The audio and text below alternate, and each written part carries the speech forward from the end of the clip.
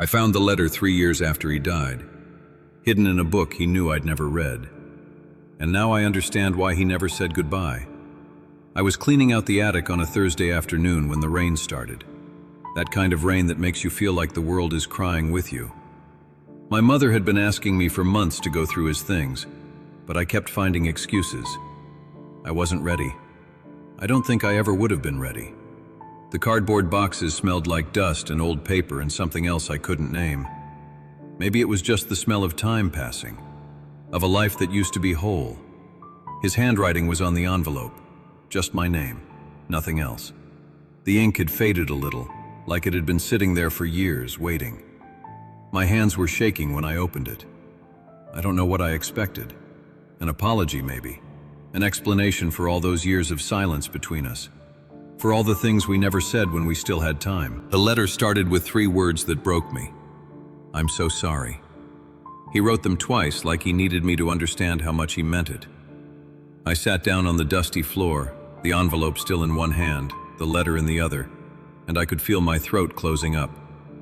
The rain was louder now, drumming against the roof like it was trying to drown out the sound of my breathing.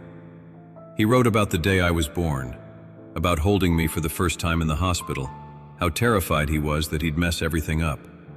He said I was so small, so fragile, and he knew right then that he would spend the rest of his life trying to protect me from the world, from pain, from disappointment, from becoming like him. That's what he wrote. From becoming like him. Like being my father was a curse he didn't want me to inherit. I never knew he felt that way. We barely talked in those last few years. I was angry at him for so many things, for working too much, for missing my games, my graduation, the moments that mattered, for being there but never really being there. I thought he didn't care. I thought I was just another responsibility he was too tired to deal with. But the letter, it told a different story. A story I wasn't ready to hear.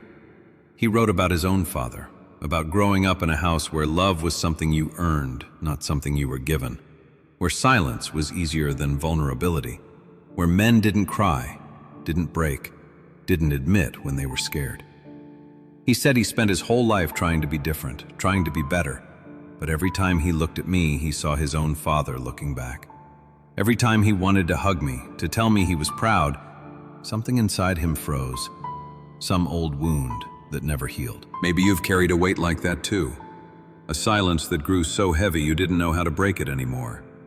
A fear that the people you love most will see who you really are and walk away. If you have, I want you to know something. You're not alone in that feeling.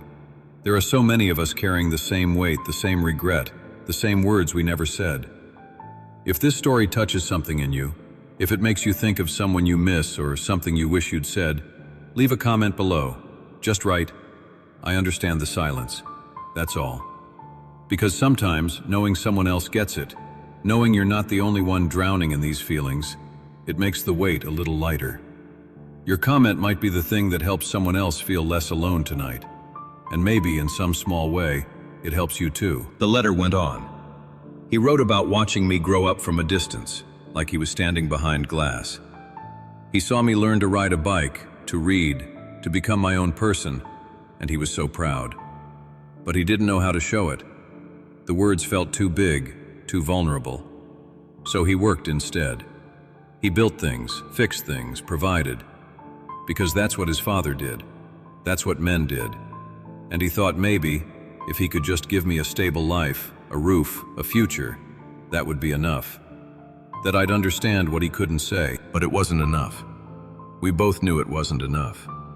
In the last year of his life, when the doctors told him the cancer was terminal, I think he wanted to say something. I could see it in his eyes when I visited him in the hospital. The way he'd look at me like he was searching for the right words. But they never came.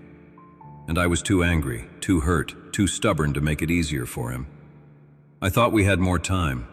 I thought eventually one of us would be brave enough to break the silence. The paper was soft under my fingers now, worn from being folded and unfolded. He must have written this letter over and over, trying to get it right, trying to find a way to say everything he'd been holding inside for so long. Near the end, his handwriting got messier, like his hand was shaking. Or maybe he was crying, I'll never know. If you're still here, still listening to this story, I want to say thank you. Thank you for sitting with this pain, for not looking away from the hard stuff. This channel exists because I believe we need spaces like this. Places where it's okay to feel everything, to sit with the sadness and the regret and the love that still aches, even when the person is gone. If you subscribe, you're not just supporting this channel, you're joining a community of people who understand that some stories don't have happy endings, but they still matter.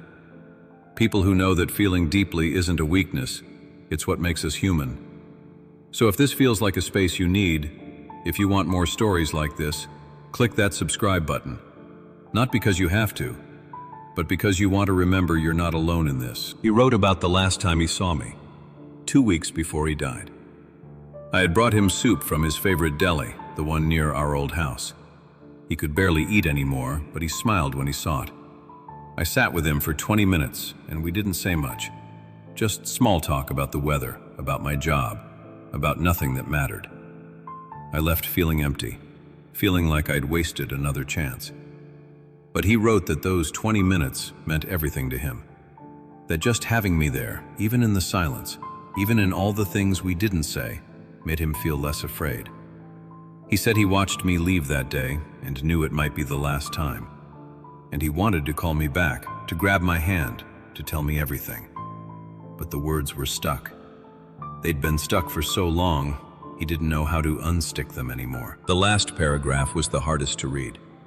He wrote that he hoped one day I'd understand, that love doesn't always look like we think it should, that sometimes the people who care the most are the ones who struggle the most to show it. He said he was proud of me, that I was everything he'd hoped I'd be and more, that I was brave in ways he never could be, and he was sorry. So sorry for all the years he wasted being afraid, for choosing silence over connection, for thinking distance would protect me when all it did was hurt us both. He signed it with 3 words, "I love you," and then his name. That's all. Like he'd finally said everything he needed to say and there was nothing left. I folded the letter carefully and put it back in the envelope. The rain had stopped. The attic was quiet again. But something inside me had shifted. I wasn't angry anymore, just sad.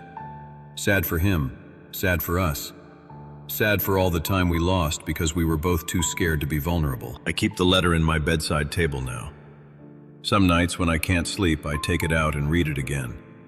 And every time I understand a little more about him, about me, about how easy it is to let fear win, about how love and regret can exist in the same space, how you can miss someone and still be angry at them, how forgiveness doesn't erase the pain, but it makes it easier to carry. I think about my own life now, about the people I love, about the things I'm not saying because I'm scared or stubborn or waiting for the perfect moment that might never come. And I wonder if I'm making the same mistakes he did, if I'm building my own walls, hiding behind my own silence, thinking I have more time than I do. The truth is, we never know how much time we have. We think we do. We think there will always be another conversation, another chance, another moment to say the things that matter. But sometimes there isn't. Sometimes all we get is a letter hidden in a book, found too late to change anything. I found my father's final letter 3 years after he died, and it changed everything. Not because it gave me answers, but because it reminded me that the silence we carry is a choice. And maybe, just maybe, it's not too late to choose differently. The rain started again outside, softer this time, and I sat there in the attic holding a letter from a ghost, finally understanding what he couldn't say when he was alive. We were both just scared, and that was always enough of a reason, until it wasn't.